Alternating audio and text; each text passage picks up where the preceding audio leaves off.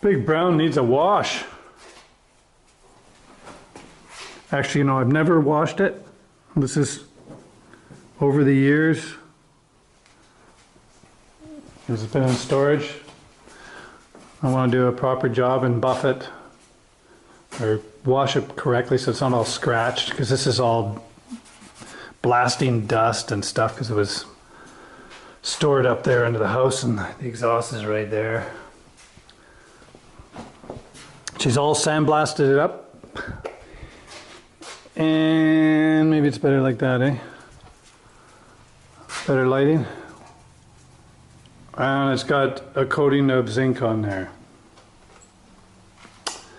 Just to cover it over with something quickly, and it's actually weld through primer too. You can weld and it doesn't burn it. Yeah, when you sandblast metal that has pits in it, I'll try and find some here, more pitty here.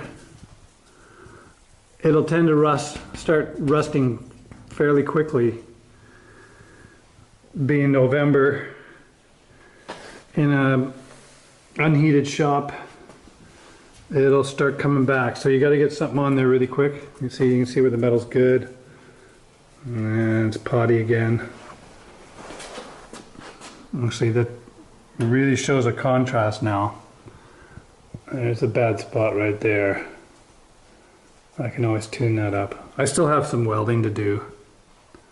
I can see daylight in a few spots here.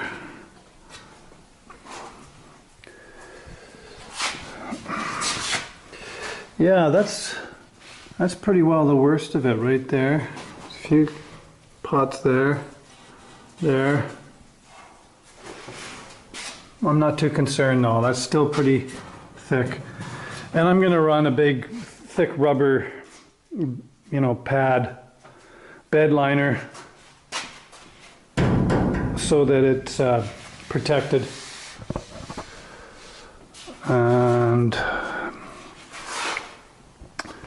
yeah,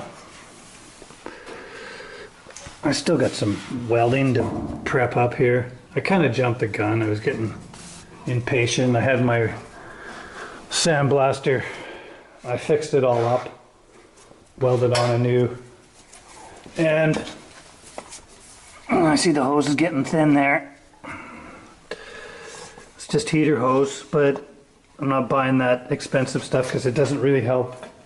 It's not much better at all, and it's way more money than a heater hose. Yeah, I just finished. Just did the last little touch-up, and it's starting to come through right there. I had my hand around it to stop it from coming through. See the hole there? So I need a new tip. Oh, I just got that done. And it took maybe, I don't know, about 10 potfuls. Slow going. Once I got up, further up here, you can see it's a rib, and it's open metal rib. So wherever it's enclosed with a rib, it tends to rust more. And then it's good all the way up. You know, back here where it gets all the splash from the tire and the wheels. That's not bad. Minor, and of course the rib goes over top, so you don't even see that. I was going to get some fiberglass or the filler with the fibers in it, but I still could, I guess. We'll see. I'm going to be putting self-etching, then the top coat Endura, and then I'm going to put, I've got 4 things of undercoating, and I'm going to put undercoating over top, so I don't even think you're going to see this. Oh yeah, see that? Almost came through the other side there. See that? See the little mark there on the top of my knuckle? That's a cutting wheel. you know, grinder. And I just nicked it, went through my glove, and I went, holy. No, I was lucky I didn't hit a tendon.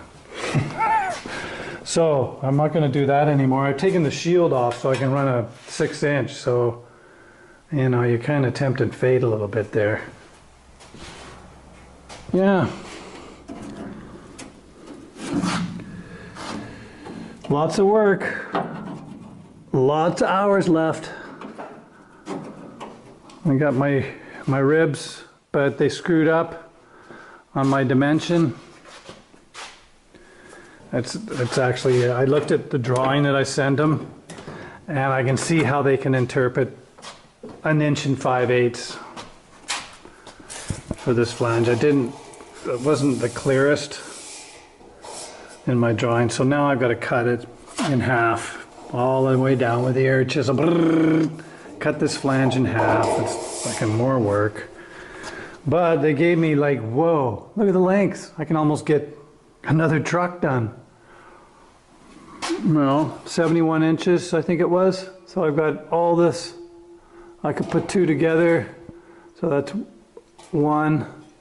2 extra ribs and a half. I'm considering going to the original ribs. There's 2 there that are in good shape, so that I only need 3 of those, so that's 3. I almost got enough for 2 trucks. Anyways, it only cost $150. It wasn't the end of the world. Okay, let's get something done here.